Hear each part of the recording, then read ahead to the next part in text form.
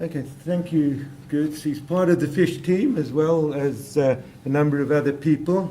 I haven't done this work alone. Ben in the audience there, Johnny is with us, Roger Bills and Kosinati from SIA and so forth. Just as a bit of background, I personally have been involved with the Okavango. If you ask me at the end of a career, which is your favourite river, which is your river, if you like, the Okavango has to be number one in my particular thing. I've been involved in it since I was with Ben in Caprivi in 1975, 1980 to 80 to 90, around there. I was very involved in the Delta with work and along the Namibia border. But Angola has been a mystery and been a lifelong dream to get involved.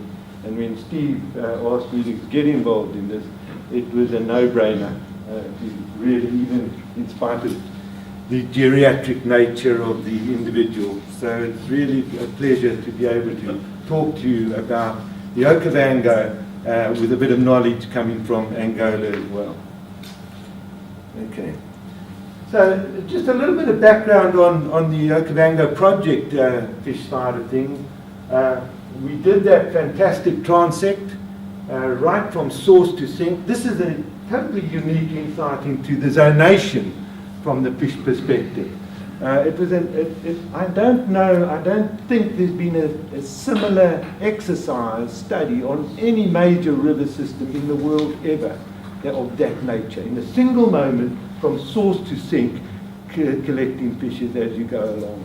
And Gertz is the real key brain, and Johnny, they were absolutely dedicated, setting this net regularly every night before everybody else was up into the river to pick it out and preserve and take samples of that. And it's actually a unique study from that particular point of view. The core area exploration reveals the unique habitats in the system, in southern Africa for that matter, and a host of new species and distribution records that have emerged from that. And the core lakes and the peat bog habitats around there just bounced out with new stuff. The first fish I put my dip net into and said, oh, hold on, what is this? You know, it's challenging me. And we've got several new species coming out of that and distribution records. And then the human-fish interactions indicate two things. The first is that the traditional fishery is intact in that core area. How's that for you? In this 21st century, people are fishing as they have been fishing for centuries. That is one of the fantastic, unique things about this area from a human interaction with the resource.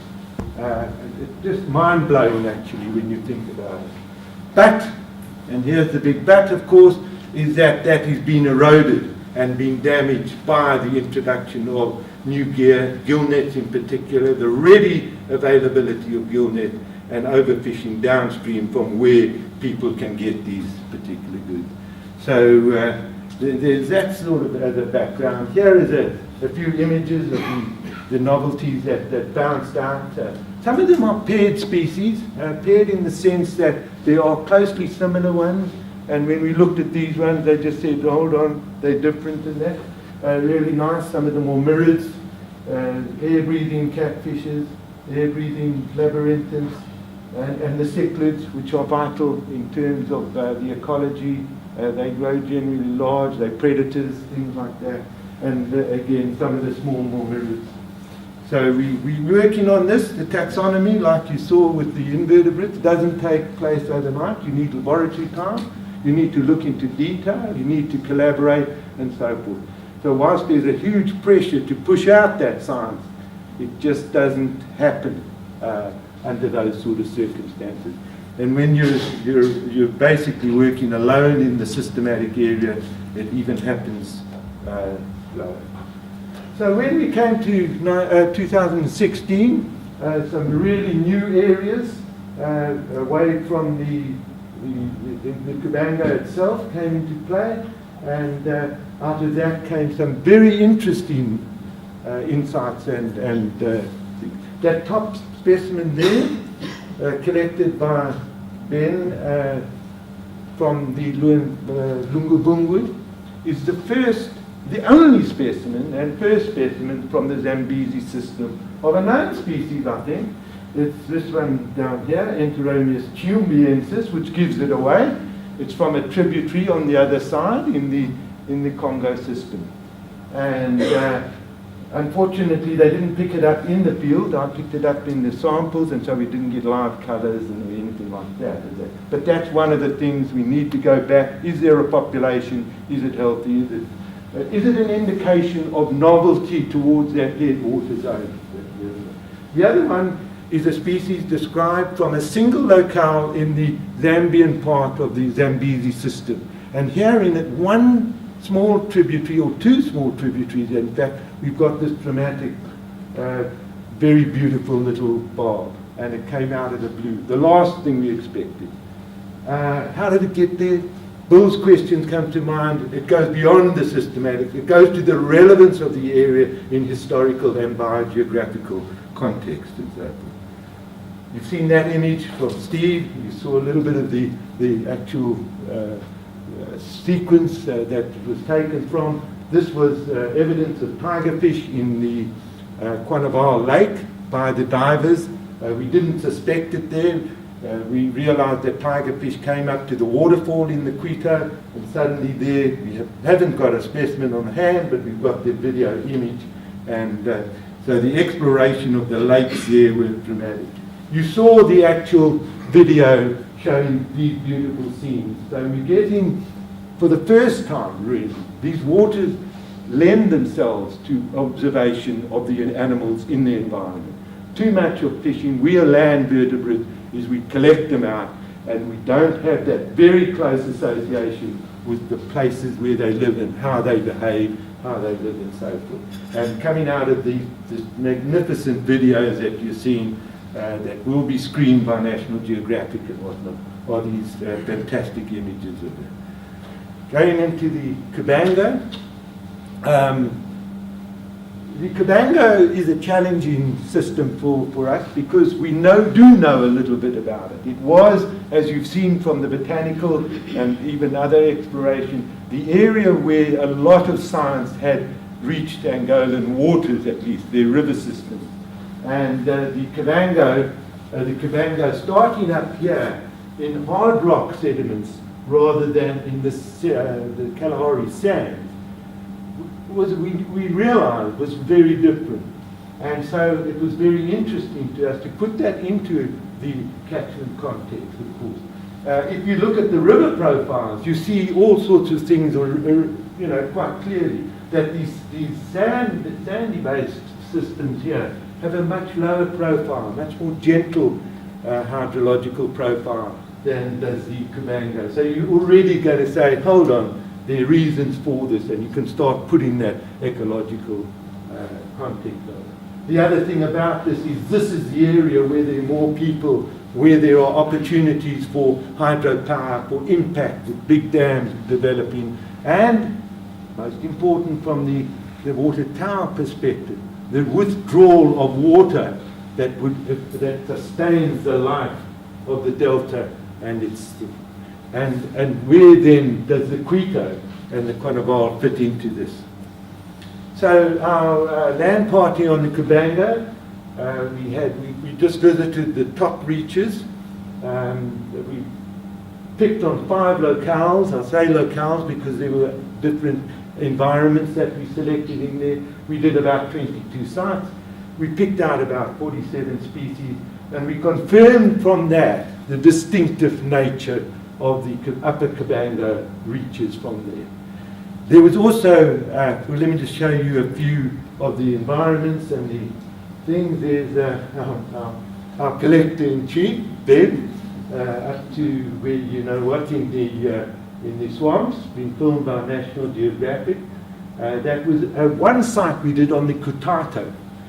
It's down the road, and we stopped at this little place, and we overnighted there, and we got into this rather swampy area. And the fishes from there were little clarius species, little air-breathing catfishes that we've never picked up in the Quito Quanavale area. that one species. Ben was saying, what is this? And I was saying, no, that Ben, we know it from the system and things like that. And it's a Clarius leucocephalus, and it was the only Clarius there. This is a very interesting part of that expedition. That's the very headwaters of the system up near the towns, and that is almost the divide up there. Sorry, over there. And then we noticed that it's been dammed off. Very recently, the dam wall's not yet consolidated with plants and so forth. And in the lake, we noticed there were these cages. And we pointed out, John came back to Wamba one evening and said, Paul, have you seen this thing? So I said, no, we'll go out and have a look. And yes, there is a cage culture taking place without anybody's knowledge. Nobody could inform us of that.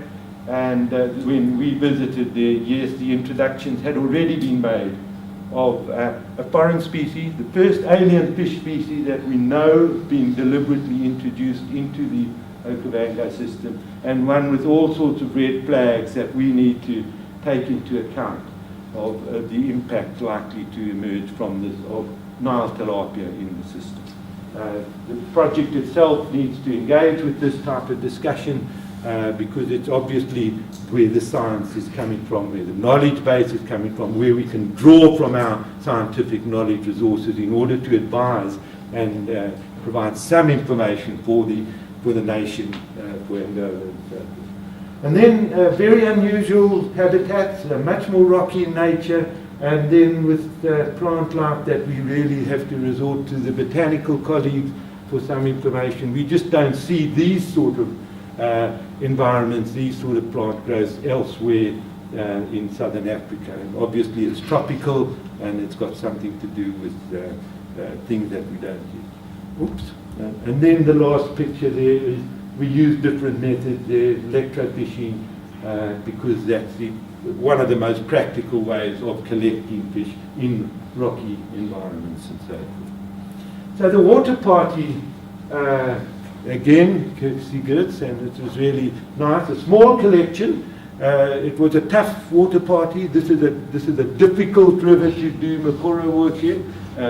Just ask the guys who went down, Chris and company, they had to portage around all these rapids that you're encountering and so forth. And so to set some nets on any occasion and to then retrieve them was really asking a lot, and really this collection has its values. For example, at Camp 29, which is around here, just before it entered the major gorge where they couldn't, well they didn't, they went round over land, this major part of the system. I asked them why, and I'm sure there's good reasons for that. But in the top camp, they picked up this one, Enteromius trimaculatus, three-spotted barb, a widespread species in southern Africa, all around the system.